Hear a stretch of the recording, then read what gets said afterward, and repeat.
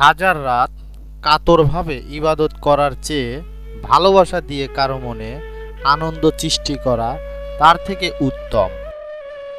প্রেম ভালোবাসায় ফকিরও বাদশা হয়ে যায় এবং বাদশা ফকির হয়ে যায়। প্রেমের জন্য মানুষ সৃষ্টি, নতুবা আল্লাহর ইবাদতের জন্য ফেরেশতার অভাব ছিল না। আমরা আলমে আরওয়াহ রুহের জগতের মধ্যে একই পদার্থ ছিলাম। সেখানে কোনো ভাগাভাগি ছিল না, সেখানে আমাদের দেহের কোনো অস্তিত্বই ছিল না। সূর্যের ন্যায় একই আলো জ্বলিতেছিল, পানির মতো স্বচ্ছ পদার্থ ছিলাম।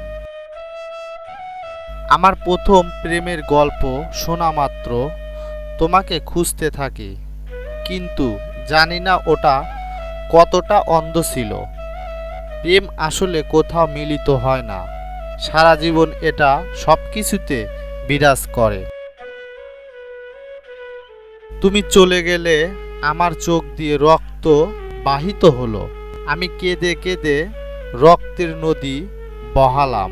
দুঃখগুলো শাখা প্রশাখা বেড়ে বড় হলো, দুঃখের জন্ম হলো। তুমি চলে গেলে, এখন আমি কিভাবে কাঁদব? শুধু তুমি চলে গেছো তাই নয়, তোমার সাথে সাথে তো আমার চোখও চলে গেছে। চোখ ছাড়া এখন আমি কিভাবে কাঁদব প্রিয়? কোনটা ভালো আর কোনটা মন্দ, এই দুইটি ধারণার মাঝে আরেকটি ধারণা আছে, আরেকটি জগৎ। আমি তোমার সাথে সেখানে দেখা করব প্রিয়। যখন আমরা প্রত্যাশা, হিসাব আর চুক্তি ব্যতীত কাউকে ভালোবাসি, তখনই আমরা প্রকৃত অর্থে জান্নাতে বাস করি। ঈশ্বরের প্রেমে তোমার আত্মাকে উৎসর্গ করো। শপথ করে বলছি, তা ব্যতীত অন্য কোনো পথ নেই।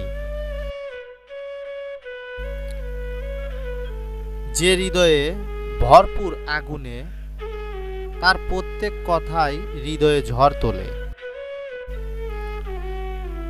দৃষ্টিশীল হও, স্রষ্টার মহা অনুভবতা হঠাৎ আবির্ভূত হয়, আর তা কোনো পূর্ব ঘোষণা ছাড়াই উন্মুক্ত হৃদয়ের নিকটে আসে। জীবনে তোমার যাই হোক না কেন, কখনো হতাশ হয়ে পড়ো না। এমনকি সবগুলো দরজাও যদি বন্ধ হয়ে যায়, একটি গোপন পথ তুমি খুঁজে পাবে, যার হদিস কেউ জানে না। শেখার জন্য তুমি পড়াশোনা করো, কিন্তু বুঝতে হলে তোমার প্রয়োজন ভালোবাসা। তুমি কি ভবিষ্যতের দিকে চেয়ে আছো, জান্নাত জাহান্নাম দেখতে, অথচ তোমার বর্তমানের মাঝেই রয়েছে সেগুলো? খানাপিনা কম করে বা রোজা রেখে তুমি তোমার শরীরকে বিশুদ্ধ করতে পারো, কিন্তু ভালোবাসা কেবল নিজ হৃদয়কেই বিশুদ্ধ করবে। অজ্ঞ হও, তুমি যা চাও তা পাওয়ার পর শুকরিয়া করা তো সহজ, বরং যা চাইছো তা পাওয়ার আগেই শুকরিয়া করো।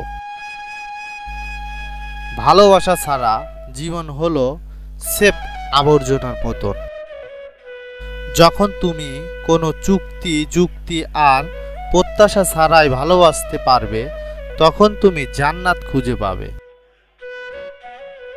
হয় তুমি ভালোবাসার মাঝেই আছো, একদম কেন্দ্রে, নতুবা এই পরিসীমার বাইরে তুমি আছো, এই দূরত্বের হাহাকার বুকে নিয়ে। আমি কি আত্মিক নাকি বস্তুগত, নাকি শারীরিক ভালোবাসার দিকে মন দিব, এসব প্রশ্ন করতে যেও না। বৈষম্য তো কেবল বৈষম্যেরই জন্ম দেয়। ভালোবাসার জন্য এসব নানান রকম নাম, বিভাজন অথবা সংজ্ঞার প্রয়োজন নেই। পৃথিবীকে বদলে দিতে তোমার হৃদয়কে বদলে দাও। যখন সবাই কিছু একটা হতে চাইছে, তখন তুমি বরং কিছুই হতে যেও না। শূন্যতার সীমানায় নিজেকে মেলে দাও। আল্লাহর বান্দারা তো কখনো ধৈর্য হারা হয় না, কেননা সে তো জানেই সে সদ্য প্রকাশিত 4টি পূর্ণিমার চাঁদে পরিণত হতে সময় লাগবে।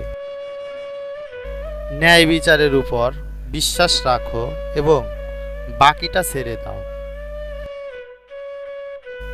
শেষ পর্যন্ত ভিডিওটি দেখার জন্য আপনাকে অনেক অনেক ধন্যবাদ। আমাদের ভিডিওটি যদি ভালো লাগে অবশ্যই চ্যানেলটি সাবস্ক্রাইব করবেন এবং লাইক কমেন্ট শেয়ার করে আমাদের পাশে থাকবেন। ধন্যবাদ।